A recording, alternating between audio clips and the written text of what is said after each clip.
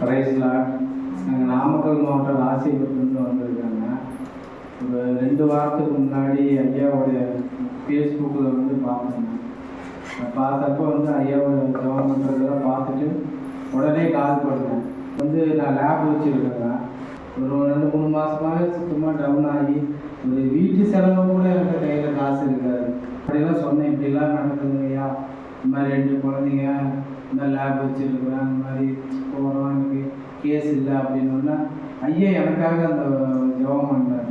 இப்போ ஜெபம் பண்ணுறவங்க பற்றி நானும் எல்லாருக்கிட்டையும் போய் ஜெபம் பண்ணுவேன், இந்த மாதிரி பண்ணுவாங்க. ஆனால் எனக்கு புதுசாக ஐயா ஒரு ஜெபம் பண்ணார். உடனே எனக்கு மனசில் ஒரு இது உருவாயிடுச்சு. அடுத்த ஒரு நாளுக்கு அப்புறமேலே அந்த லோனே கிடச்சிருச்சு. லோனு பாதி அமௌண்ட் கொடுத்துட்டாங்க. ஞாயிற்றுக்கிழமை ஐயா பண்ணார். ஐயா ஜெபம் பண்ண அடுத்த நாளே வந்துருச்சு. அமௌண்ட்டு.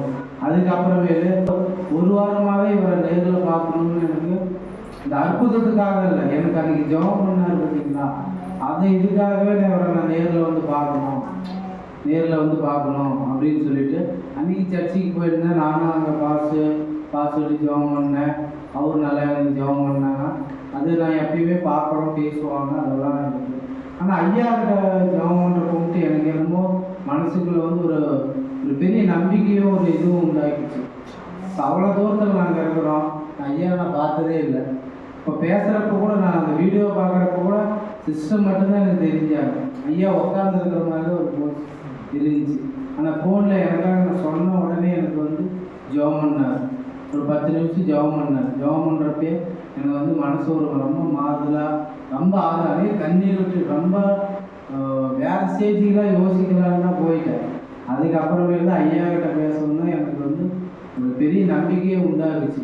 நான் வீட்டில் கூட சொன்னேன், வீட்டில் ஒய்ஃபுக்கிட்ட சொல்லிக்கிட்டே இருந்தேன், எப்படியாவது போயே ஆகணும், அவரை நான் நேரில் பார்த்தே ஆகணும், அவரை எங்கே இருந்தாலும் சரி அப்படின்னு சொல்லி அட்ரஸ்லாம் கேட்டு பண்ணி இங்கே வந்துருக்குறோம்.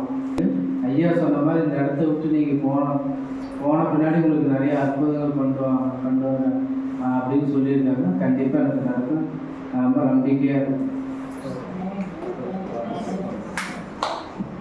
எல்லாரும் கரங்களை தட்டி தேவனாக